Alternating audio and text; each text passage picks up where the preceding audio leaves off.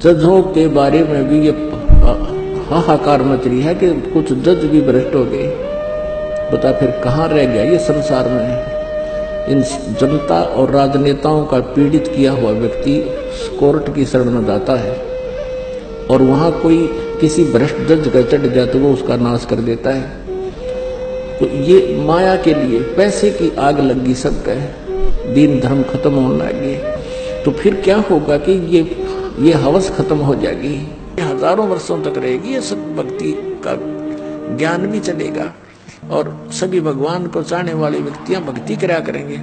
कोई भी व्यक्ति विकारी नहीं रहेगा, क्योंकि तम्बाकू शराब मांस ये मनुष्य का सबसे बड़ा शत्रु है। ये कति मूल नाश होगा इसका, देख लेना इस तरह। और जो ये बकवाद हमने कोठी बनाई बंगले बनाने में सारा जीवन बर्बाद कर दिया रिश्वत ले लेकर, अपने आत्माओं जब जजों तक के ऊपर उंगली उठ रही है कि ये रिश्वत लेकर के अन्याय करते हैं, तो अंतालिया कति मानवता का नाश हो चुका है। राजनेताओं का देख लो, मंत्री और मुख्यमंत्री इन बड़े बड़े सेंटर के मंत्रियों के ऊपर वो जेलों में पड़े हैं, झूठे सच्चे तो उसमें आने पर पता लगेगा।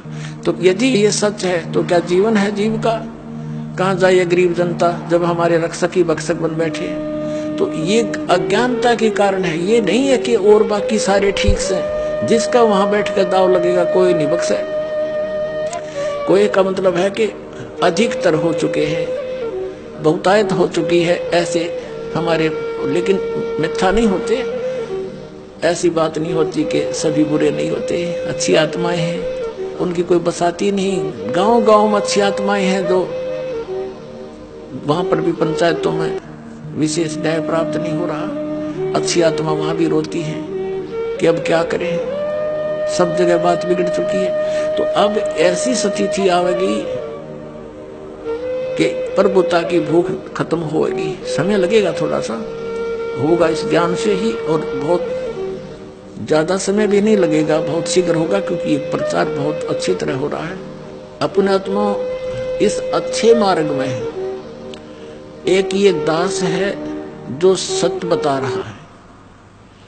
इस दास को छोड़कर जितने भी संत हैं या पंथ हैं वो अध्यात्म मार्ग से परिचित नहीं, उनके पास ये सत्य साधना नहीं, तत्व ज्ञान नहीं। अब जैसे पुण्यात्मा कितना ही अच्छा हॉस्पिटल हो और कितना ही नेक डॉक्टर बैठा हो बोलन में चालन में, लेकिन उसके पास ट्रीटमेंट उस रोग का है नहीं, तो खाक है वो हॉस्पिटल और खा क्या है वो डॉक्टर। फिर कितना अच्छा हो, कितना अच्छा बोलता हो, उसने क्या करेंगे हम? तो कहने का भाव ये है कि ये जो जड़ी है जन्म और मरण के रोग का नाश करने की, ये सतनाम है। सतनाम 2 अक्षर का है, जिसमें एक ओम है और एक तत्सांकेतिक है, और फिर एक आदि नाम जिसको सार नाम कहते हैं। और प्रथम ये मंत्र जो 7 नाम आपको दिए जाते हैं, जिनमें बीच में 5 नाम है। और ये कंप्लीट कोर्स अब स्टार्ट करना था। परमात्मा ने कहा था कबीर साहब ने धर्मदास जी से कि धर्मदास तो लाख दुहाई,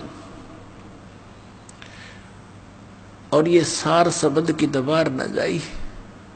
ये सार शब्द बार जो पढ़ी बिचली पीढ़ी हंस नीतर ही। फिर क्या बताया दूसरे अध्याय में कि धर्मदास मोरी लाख दुहाई, ये मूल ज्ञान की दबार न जाई। मूल ज्ञान बार जो पढ़ी ये बिचली पीढ़ी हंस नीतर ही। इस मूल ज्ञान को तू तब तक छुपाई जब तक द्वादश पंथ ना मिट जाए।